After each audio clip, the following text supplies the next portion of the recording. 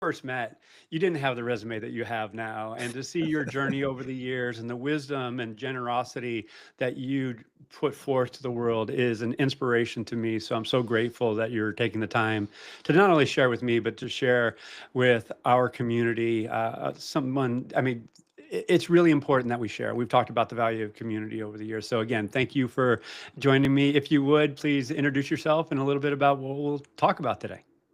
Sure, Al. Thank you so much for having me. And actually, we'll take you down memory lane in one of the slides that I'll show. But hi, everyone. Amit Mohindra. I'm the founder and CEO of People Analytics Success, which is a consulting company that helps people accelerate their journey and success in people analytics and workforce planning and AI adoption as well. I help both individuals and organizations, and I'm based out of Cape Cod in Massachusetts. Though today, life of a consultant, I'm in a hotel room in Dallas, of all places. Well, again, thank you for sharing. And I'll also add, if you don't mind, you're a coach as well. So, it's something that you have spent time doing over the years and investing in. And we'll talk about that as we wrap up today, I'm sure, because that's another episode that we're going to have to dive into. But today, people analytics and getting unstuck, because you and I have talked at length about us having been in this field for a long time, and we just haven't, in many cases, driven the impact that we have hoped. And so if we can talk more about the barriers to get past so we can actually impact the organization and the people within it in the ways that we know that we have to, and not only us as practitioners, but influencing leaders so they can move forward with wisdom and insights that reflect the feelings and ideas of the people within the organization. So with that, please go into what you have to share, because I know you have a few slides for us. Thank you. You've said it so well. And that's why it's such a joy always talking to you, working with you, because you get it. And I'm so delighted to be able to share this time with you and with the viewers, talking about getting unstuck in people analytics. And I think you'll appreciate it as well, also being a coach and advisor in the field. So, if we, what I'll do is I'll start with a little bit of framing, because not everybody might be aware of what people analytics is.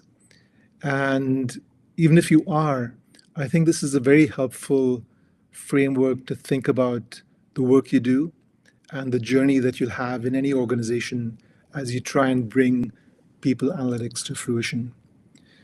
So, as you know, people analytics has really enabled HR to become strategy-led, data-driven, and outcomes-focused. It's been a fairly long journey, but I think we can safely say that HR has been transformed as a result of people analytics. Anyone who knows me understands that I always begin with strategy. Everything begins with strategy, in fact, in the world of business. And so if we sort of unpack this diagram from left to right, strategy, business strategy, what is it that the business is trying to accomplish? These are fairly straightforward questions that any business has to answer. What's your product? How do you differentiate? Which markets do you operate in? What price do you charge? And that obviously then leads to your workforce strategy in terms of to what extent are you using AI? Where are you located? What's the mix of your workforce? Where do you source your workforce from? And then that leads on to your HR strategy, where you have your distinct HR functions, your total reward strategy, your employee experience strategy, and other very important HR functions. Now, the whole idea is to make sure that you can execute your strategy and achieve the outcomes on the right-hand side, which are financial outcomes, customer outcomes, and operational outcomes. It's all about outcomes. So you have your standard list of financials, and each organization at different points in time, depending on your growth stage and market conditions, has certain financial targets. These often play into your workforce planning strategy. but you're also very focused on your customer outcomes and making sure that you're addressing your customer needs and you have customers come back and continue to buy your products and services. And then, of course, you want to do things better and better, do more with less, and you have your operational outcomes as well. But what ties these two things together at the extremes, the strategy and the outcomes? It's people. And there are three things that we need to really think about. One is, what do people bring to the table? This is your workforce's human capital, right? So your abilities, your knowledge, your experience, increasingly your networks, your social capital, the reputation you bring to the organization. And then we try and understand how employees feel. And this is their employee experience. And we get this through surveys and employee listening. And we really need to understand, are they feeling included? Are they feeling motivated and therefore engaged? Do they feel safe physically and also to speak up? Do they feel secure that their data are being treated carefully? And trust plays a large part in ensuring that people do feel like they belong and that their voice matters. And then we observe what they do, right? Actions speak louder than words. So do they stay with the organization or do they leave? Do they behave productively or do they engage in counterproductive behavior? Do they move around in the organization? Do they form various networks? What exactly are they working on in their job? So people analytics ties everything together from strategy to outcomes, and it pays attention to the people. So it's not people analytics on people, it's people analytics for people. How do we make sure that we have employees that bring the right mindset and skills to the table? How do we make them feel engaged and therefore productive? And how do we overall improve their experience as being a part of our organization?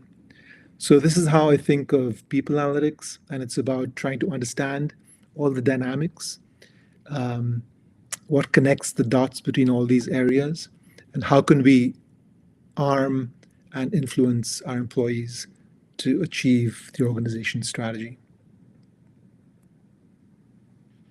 Yeah, Amit, if I can just jump in real quick, I, you and I uh, first met in my version of the story in Boston on the campus of MIT, and I forget what event it was. But the reason it's coming to mind right now, I don't think it was a balanced scorecard collaborative event, but as I look at this image, it reminds me of the balanced scorecard, where if listeners don't know, you look at organizational performance from four lenses: a financial lens, customer market lens, internal operations lens, and what Norton and Kaplan called a learning and growth quadrant.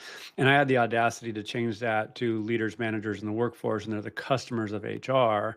And to your point, leaders set the strategy on what HR and talent management do to impact the employee experience and on the downstream outcomes. So I set that stage because it mirrors what you're sharing here. And you also said something that I found to be very interesting, is that, this is complex. It is something that many have retreated from. So this is going to land on this, I think, very important question. We, at least in my version of history, we had a choice of elevating people analytics to maybe people strategy and analytics. What I have observed is people analytics has been, I don't know, for lack of a better way to frame it, pulled down into the tactical of the dashboards and the analyses, and has distanced itself actually from, in many cases, informing the strategy. Do you see a similar dynamic happening? And if so, how do we, as people analytic practitioners or CHROs and heads of talent, actually have a closer connection and truly inform our strategy based on the data and insights that can be generated or that is already being generated? Your thoughts there? Yeah, it's a good question, Al, and that's why I think this framework is important because it always puts strategy at the beginning. and you have to understand what is the business problem that you're trying to solve for. I do believe that people analytics is a broad has a broad portfolio, so we shouldn't shy away from the nitty gritty work of building tools, dashboards, and now agents. But we also need to be very close to the business. And I've always maintained that HR is really in the business of talent. We keep talking about the business as if it's this other entity that we're not connected to, but it's super important to realize that we are in the business of talent, and therefore we need information for insights to make those strategic choices, whether it's in a program, whether it's in an investment, or whether it's in an individual development plan. Years ago, again, I don't know why my memory is so crystal clear on these particular topics. I just put it out of respect and appreciation for who you are. I wrote something like the 10 non-negotiables of people analytics. Yeah, I don't know, it's 10 years ago. And one of them was having it be amply resourced, uh, people, process, technology, because I saw a lot of teams being asked to do something, or individuals asked to do X, Y, and Z, and they just did not have the proper tech. They didn't have the proper systems or enough people or budget to actually hire a consultancy to augment their internal capability. So I share that because if we're being asked to generate this insight, there's this implication that leaders are going to actually invest appropriately to stand up an enduring, capability. So there's two questions here. Number one, it's incumbent, I think you would agree, on the people analytics leader to actually clarify what resources are required. And there's, on the other side, a CHRO or whomever's owning the budget to be open to understanding what's really required to stand up this capability on an ongoing basis. Your thoughts there on how to, get appropriately resourced or amply resourced. Yeah, yeah, it's resourcing is one of those things where people analytics leaders often do get stuck, and we'll delve into that a little bit uh, further down our conversation. But can you see my screen again? Yep. Yeah. So, we're involved in, I would say, heroic work in terms of garnering those resources, getting the work done, providing those insights, and nudging or uh, helping to turn those insights into actual action. So this heroic work is what's actually transformed HR into the strategic function that it is now. And many of us have been on this heroic journey, right? I think folks are familiar with storytelling and the constructs of storytelling. And we ourselves, as people analytics leaders, are engaged in this journey. And a lot of that journey involves things like ordeals, right? It can be thought of as an ordeal to get the traction, to get leaders to listen, to get the resources you need to do the work. And then there's also this notion of in your journey, you have many tests, you have allies, you unfortunately sometimes run into enemies. And so this is essentially the work of people analytics leaders. And a lot of work to be done. Now, I've been very fortunate in my own personal journey to have had a variety of different experiences across research, consulting, and corporate gigs, as well as in academia. And it's a result of all of these different experiences that I decided to offer as one of my services as a consultant coaching, because my experience has been fairly difficult in terms of getting people analytics started, even in two Fortune 10 companies, starting with 5 people just doing HR reporting day and night, right? And to convert that team into a full-fledged people analytics team was a heroic journey of some sort. And so that's why I now have started People Analytics Success. And so I advise individuals and companies, I coach, and I also focus a lot on education. And this is where um, I get a lot of my joy from the education and coaching. And it's not just me, you and I, and some of these other rock stars in people analytics and IO psychology and AI, Alexis, Angela, Erin, Shauna, and yourself. We've come together to really help organizations enter the future of work, figure it out, and chart a course through it. I don't know if Al, you wanted to say a few words about the future of work advisors as well. I'm so excited about this new chapter.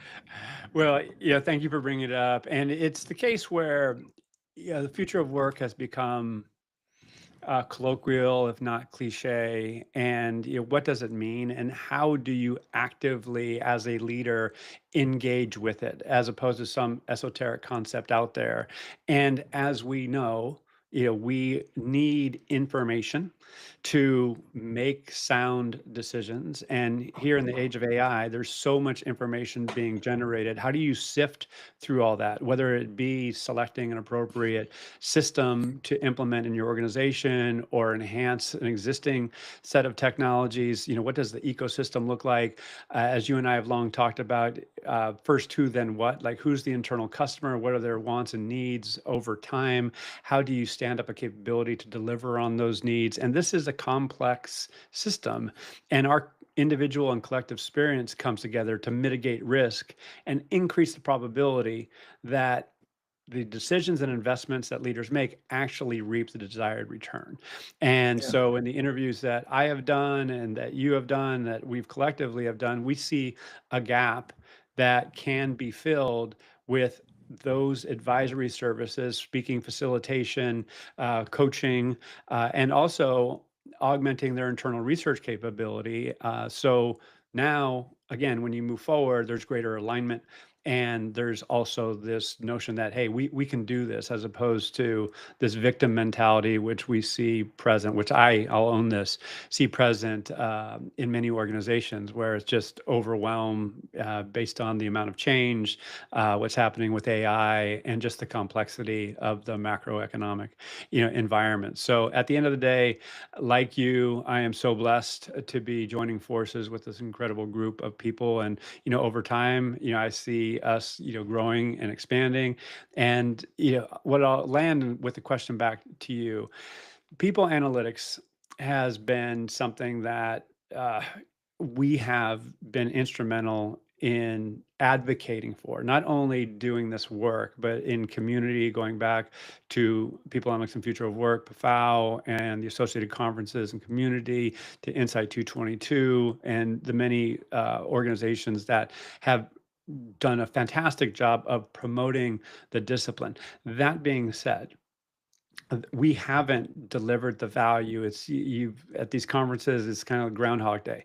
Well, how do we show the impact? Where's the impact? We're under resourced. So filling that gap at the end of the data to change process, where it's like, hey, we really have to get our internal customers, principally leaders, more engaged in the process, particularly given the competition for information. How yeah, does that happen? And it doesn't happen by accident. It happens by consciously thinking through the process and designing processes that information gets consumed at the appropriate time, at the appropriate frequency, in the appropriate way, with the appropriate group. And for us to come in and facilitate and help co-create this process, that's where I get, really excited, particularly based on what you shared, your experience and our collective experience. So I got a bit long-winded there, but obviously I get excited about what we do. But I just want to pull out one thread there. This notion of people analytics and the barriers and getting unstuck.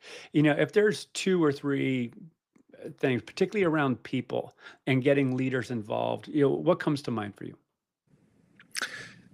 so I think we have to recognize that people analytics is still fairly new, relatively new, not so new anymore, but it is a situation of change.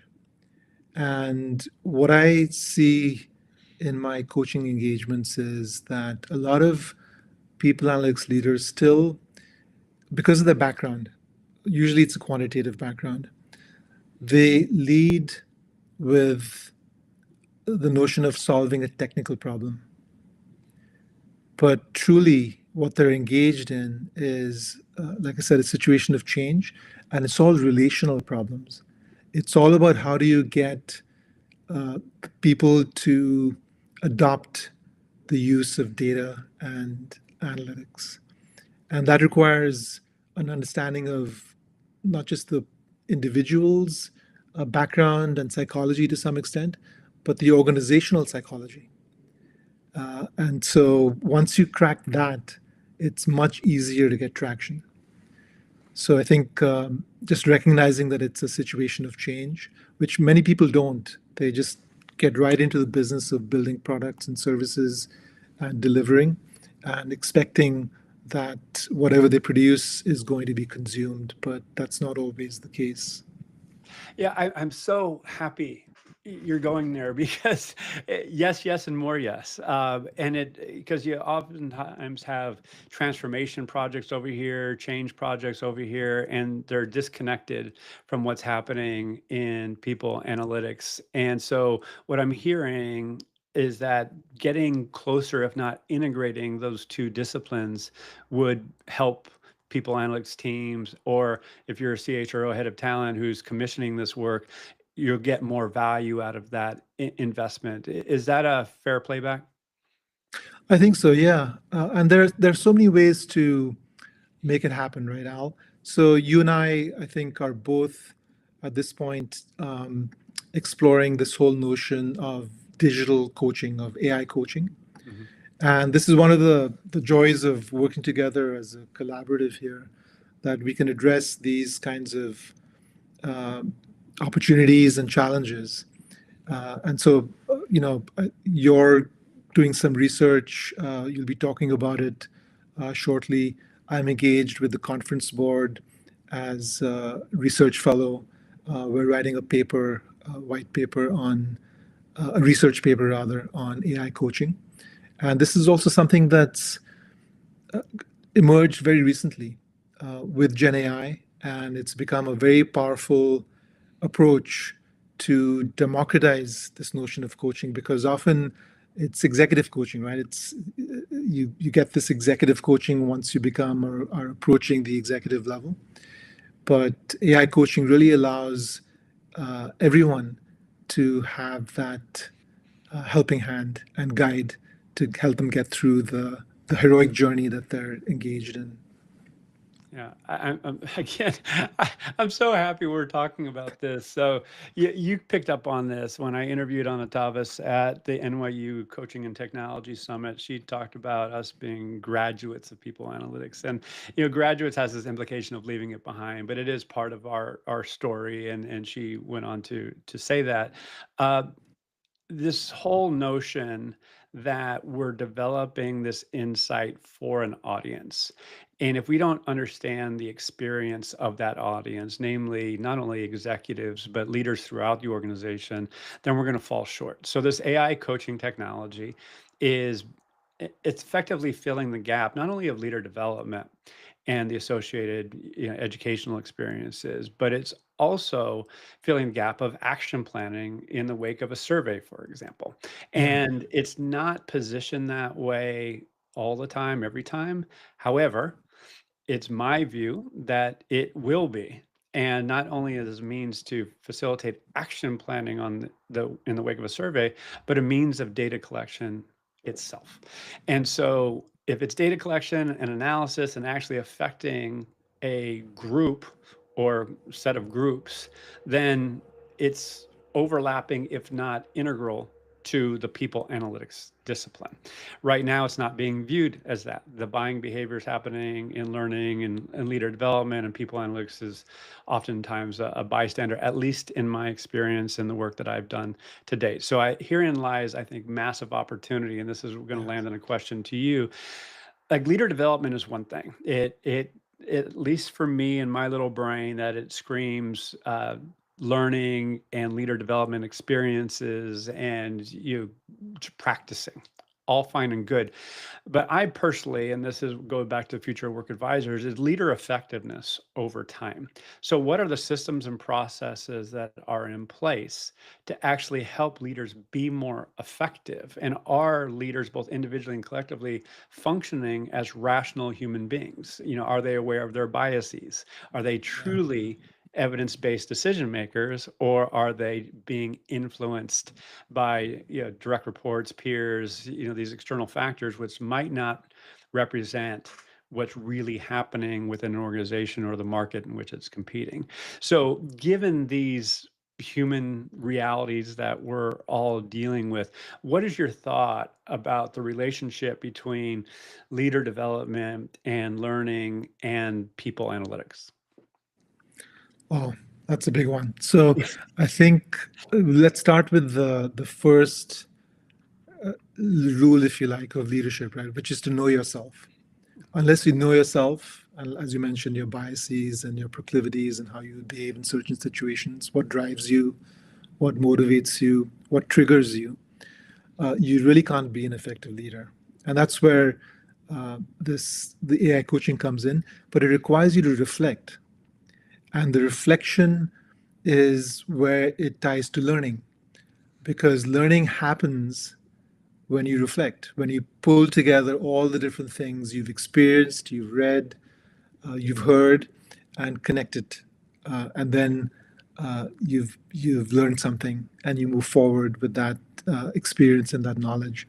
So that's one of the things that I think is super important for all managers, all leaders, is to help make time for their teams to reflect, because it's that time where everything comes together and you learn. So reflection is important, and then also being able to add to your experience and your knowledge, and that's where education comes in. And if you don't mind, I'm going to pull in that picture from memory lane. If you remember, this is my first Stanford People Analytics course at the Stanford campus, and you and a number of other folks were kind enough to show up as a panel of guest speakers in the last class. There you are, right at the back. Um, and I've been fortunate to continue this journey. I've been teaching at Stanford now for about 6 years. I just wrapped up the summer session a couple of weeks ago. And starting in the spring next year, I'll be teaching a graduate course in people analytics in person at Babson College, just outside Boston. So I'm super excited about that. I'm hoping I can bring in some of our future work advisor friends as guest speakers as well. But, organizations change through adaptation. Adaptation requires learning. So it's super important for companies and individuals to invest in learning. And I think, what's also important is to be a member of a group. And you and I have been leaders in this society for people analytics, which is our professional society for people analytics. And I've been blown away by how fast it's grown, and also energized by the expectations that the membership has. I've been delighted to be the education officer because of my love for education. And I was able to put together this amazing education committee. And we're working really hard to come up with 3 products that we think are going to help the people analytics community in its learning. So one of these is called the Course Explorer. And just as I teach one course, I'll be teaching a couple of other courses. This helps individuals find the right course in people analytics, in person, online, university, non-university. Does it have a certification or not? So we're building a searchable database, and we're hoping to really make the market for people analytics education both transparent and efficient. So you can see what's out there. And then course providers can also look at the demand based on what people are searching for and can then provide the right kind of coursework. So that's one of the products we're excited about. The other is Mentor Connect, and this is already in a pilot. So we're trying to create a community in which it's easy for folks in people analytics to find a mentor. Whether you're early in career or later, it's always good to have a mentor or a set of mentors or even your own personal board of directors. And so we're creating that network as well, if you will. And then finally, underpinning both of these is what's known as a body of knowledge, right? People often ask, what is people analytics? What's included? And we're trying to just collect these topics, if you will, almost like a syllabus, a broad syllabus to explain what people analytics is all about. And so we're working on these. We've just submitted our budget requests to be able to finally build and deploy and scale the first two products. And so I'm excited about that point in time, and we should be hearing back very soon in terms of what's available. Yeah, thank you for sharing. I'm so excited about taking the next step in the journey of the community. Obviously, I say this with all humility and graciousness and appreciation for everyone who was involved with PFAO. And obviously, COVID was a disruptive event in many cases. We did stuff virtually, but I chose that it's not right for me at this stage of my life and career. And I want to actually go and influence leaders on how they're actually using this insight, which is beyond the scope, and to put now my energy and influence as an advisor of the Society for People Analytics is an honor and a joy. And I'm so excited for what Stephanie Murphy, principally, Richard Rosenau, Craig Starbucks on down the line have put together. And yeah, great times ahead. And thanks for all the work that you have done to date. And I know there's great things to come there. This actually inspires, and I have a few more questions and then we'll start to wrap. And I appreciate everyone who's joining us today. And if you have any questions or comments or ideas, please put them in the chat and we'll get to them if we can. If not, we can get to them afterwards. It's this, is that we have a situation where we have people analytics leaders. Sometimes they're not even called that. It's maybe a part-time job. But let's say they're a dedicated people analytics leader. We just talked about learning and leader development. And then you're a CHRO or a head of talent or someone like that.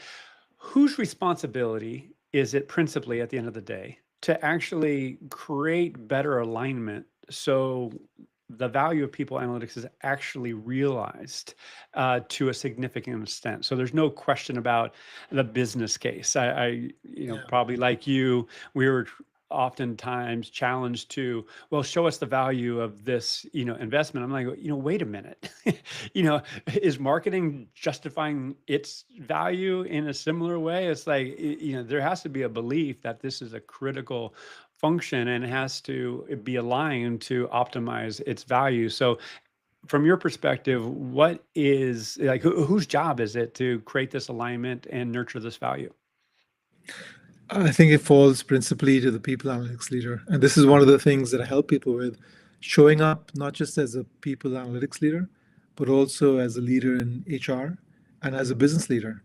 So you have to be at that table and help to make those decisions. It doesn't come easily. You have to earn the right, of course, but it's not going to happen automatically. It has to happen through your agency and through your efforts. And so that's something I've learned on my journey as well. And everyone gets stuck at some point in their career, we're talking about here specifically in their people analytics journey. I've been stuck many times, and I've resorted to all kinds of ways to get help. And on at least 2 or 3 occasions, I was in such a quandary, not knowing what the hell is going on here. Why isn't this working? Why am I pushing so hard and nothing is happening? That I got myself an executive coach and began to unpack what was going on, looking at it from a different point of view, thinking about this notion of how you show up, how you communicate, how you advocate for your team and for your vision. And so that's why it's been my own experience that coaching has been super helpful. And I took that a little bit forward in the research I did for my dissertation, which was on the adoption of people analytics and all the challenges that have to be overcome for organizations to actually adopt and consume people analytics. And one of the questions I asked in the survey I did of about 100 what I call founding people analytics leaders, these were the very first people analytics leaders in their organization. And that's where the rubber meets the road, because that's when you have to explain what people analytics is. You have to demonstrate the value to get the resourcing, right? So I was surprised at the number of regrets, first of all, that these leaders had. And I asked them, if you could go back with hindsight, what would you have done differently? And you'll see that a lot of these regrets relate to, again, what I call relational problems, right? The politics, the philosophy, relationships. And this is what people analytics leaders often neglect or don't realize is important until they've gone through this journey and have been constrained or restrained or not listened to. And I think this is the realization for me that with my experience now and having gone through all of these journeys, I can really help people to get unstuck. And so there are three categories, right? Resources, traction, and politics. And resourcing, we began the conversation on this note of how do you get the resources. It's very hard in HR, as everyone knows. Budgets are constantly shrinking. And this is where you have to develop something that people actually want, and they're willing to pay for it and provide the resourcing. Traction, how do you get people to listen to you and give you money and adopt? And here again, it's building products that are required, that fill a gap, that fill a business need. But then more importantly, and this is what I've been focusing on more and more, Al, is this whole notion of politics and the fact that very few people analytics leaders, and it's in one of the regrets, they didn't realize the degree of politics that they would fall into, organizational politics, even in the HRLT. And this is something that they just weren't prepared for, and they had no idea how to navigate. And so this is one of the things that I really help people with, is navigating those organizational power lines to be able to get your agenda accomplished. And it takes quite a bit of non-traditional, non-linear, non-quantitative thinking, I would say. And it all boils down again to just realizing that you're not solving a technical problem. Technical problems are easy. They can be solved.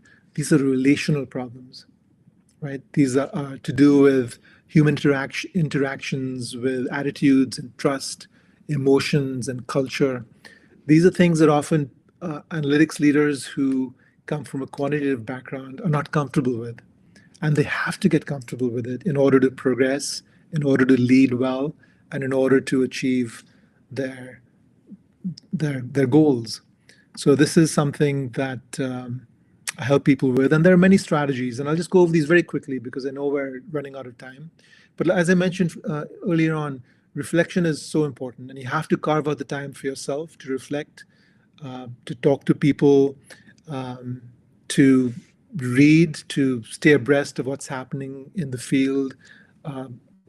Going into David Green's monthly articles is a basic condition of being a member of this community and being able to stay up to date and advance the field. I think you have to find your group through maybe SPA or some other groups that you mentioned as well, maybe the Future of Work advisors. But finding the group, networking, and that's where you get some informal coaching and guidance as well, just through networking. And then I think I would advise as as I myself got unstuck, to get some help. Invest in yourself. It's the quickest way because it's all focused on you. It's about you, about your situation, and about what you bring to the table and what you need to do differently. So I think this is also a super important thing to just consider getting some help and invest in yourself. It's huge ROI because you can move so much faster in your career if you can just get unstuck in that one thing that's holding you back. Thank you for sharing. I got a couple more questions, and then we'll wrap. I remember taking the survey that you put together for your dissertation, and I remember how I felt afterwards. I had a smile on my face because I was so excited that I was being asked these questions and that you were going to synthesize them and analyze and produce, this work product that has in turn been valuable to so many. Because I could not agree more based on my experience and the experience of those that have of those who have shared with me over the years. So I cannot emphasize enough, the need to get help, to go it alone just sucks. And it's not a thing. It's just absolutely not a thing. I'll also add But that Al, you, sorry to interrupt, but no, the no. beautiful thing is that this community of people analytics is so welcoming and so nurturing. I mean, coaching is one thing, but you can get so much help just by reaching out and asking people. Mhm. Everyone is willing to give some time to answer questions, to help people, and it's a gift. Yeah. No, I echo that 100%. And it's been a joy to be a part of it with you for all these years. I'll also say too that, the idea that we have to continually learn, and it invites the question, how do we learn? And because the innovations are happening so fast, and to do it alone, just staring at a computer or staring at a list or a newsletter or whatever, it's just hard. Processing this in community is absolutely critical, at least in my view. So as we move forward in the discipline, nurturing this community beyond just the dashboards and the technologies, but also really what is going to drive the change. And I think this gap that you're touching on, these power dynamics, needs to be leaned into more, because you and I have long connected. We both have economics backgrounds. And so it's like, hey, we're developing this insight, it makes sense. It should make sense to everybody. And it doesn't work that way. So our ability to connect early on, help our internal customers form the research agenda or the work that we're doing, creates the appetite for what we deliver, downstream. So I certainly celebrate the way you've thought about this over the years and what you're bringing to the fore in your coaching, advising work, and consulting work now. So, my final, and I wouldn't call it a big question, given everything that's happening in the world with AI, what's your advice to young people? And I'm not talking about just people who are interested in people analyst Yeah. careers. We can have a separate conversation about that. But really, just you have a 20 something like I do. What's your advice to young people given what's happening in the world of work today? So I would say number one, understand how AI works. So it's not a black box. Once you understand how it works, I think you're better able to use it and you're more informed about how not to use it and what the hidden biases and other challenges are. So understand how it works. And it doesn't have to be at the level of the matrix algebra or anything like that. Though it'll be helpful. Um, so understand how it works. The second thing is that it's no substitute for human connection. And ultimately, it's all of these human values and features that will enable us to make the best use of the AI and not get lonely. I think that's one of the challenges we're seeing with people over relying on AI. And it's a probably challenge even with AI coaching, right? If you just rely on the AI coach, you're not necessarily listening to your peers or to your manager or to your clients and customers. So I think you just have to do everything in moderation, but it's a tremendous opportunity. And this, I know it's an overused term, but this inflection point of this transformational technology, it's going to change everything, certainly the future of work. That's why we need to offer our advice to people in how to navigate that world. But yeah, learn about it and don't rely on it completely.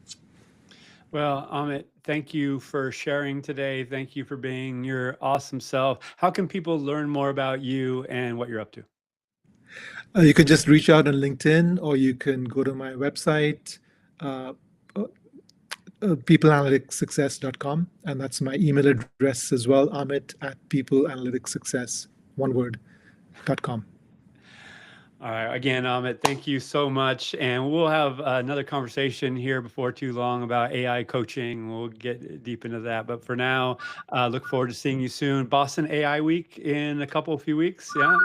Coming up, yeah. And Okay. we have Shona and Angela coming up to Boston for that. Are you able to come? I don't know. I'll let you know later today. I'm Let going to me know. try. I'm Let me going to do know. my We best. have a seat for you at All the right. event. Thank you, sir. Appreciate you. And thank you all for joining, and be well. See you soon. Thanks. Bye.